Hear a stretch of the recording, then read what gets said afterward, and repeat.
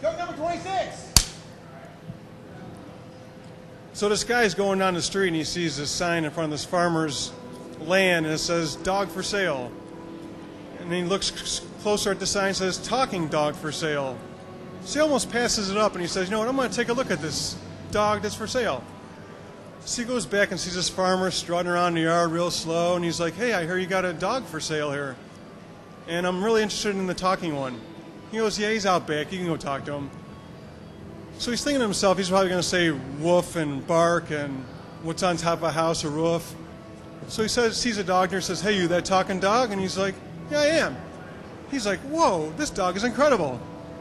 So he's like, well, tell me a little about yourself.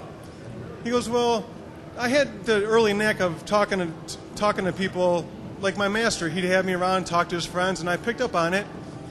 So the FBI came to our house one day, and he's like, hey, I want you to work for the FBI. You can be like a secret dog, and you can come into our meetings and meet foreign dignitaries, and when I leave the room, you can sit around and see what they say about us. And it worked out really well for years, and then I was getting kind of old with that, so the airports got me and says, hey, how about you work with us? And like you can hear like what different foreign people are saying, if there's going to be any strikes on our country at all, you can give us a heads up on it. So I did that for a couple years too, and then I decided to slow things down a little bit. So I wanted a few pups of my own, and I caught up with this bitch, and we had a few kids.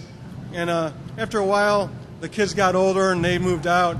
And then my female dog friend, she passed away. So I'm just here all by myself, and I'm kind of old right now. So I'm really looking for someone younger, upbeat to hang around with and talk to the evenings away. He goes, that's like a great story. I'm gonna buy you right now. So he goes to the farmer and says, how much for that dog? And he says, well, I'll give him to you for $10. He's like, $10? This dog is phenomenal. I mean, he's told me his whole life story. He's like, that dog didn't do any of that shit.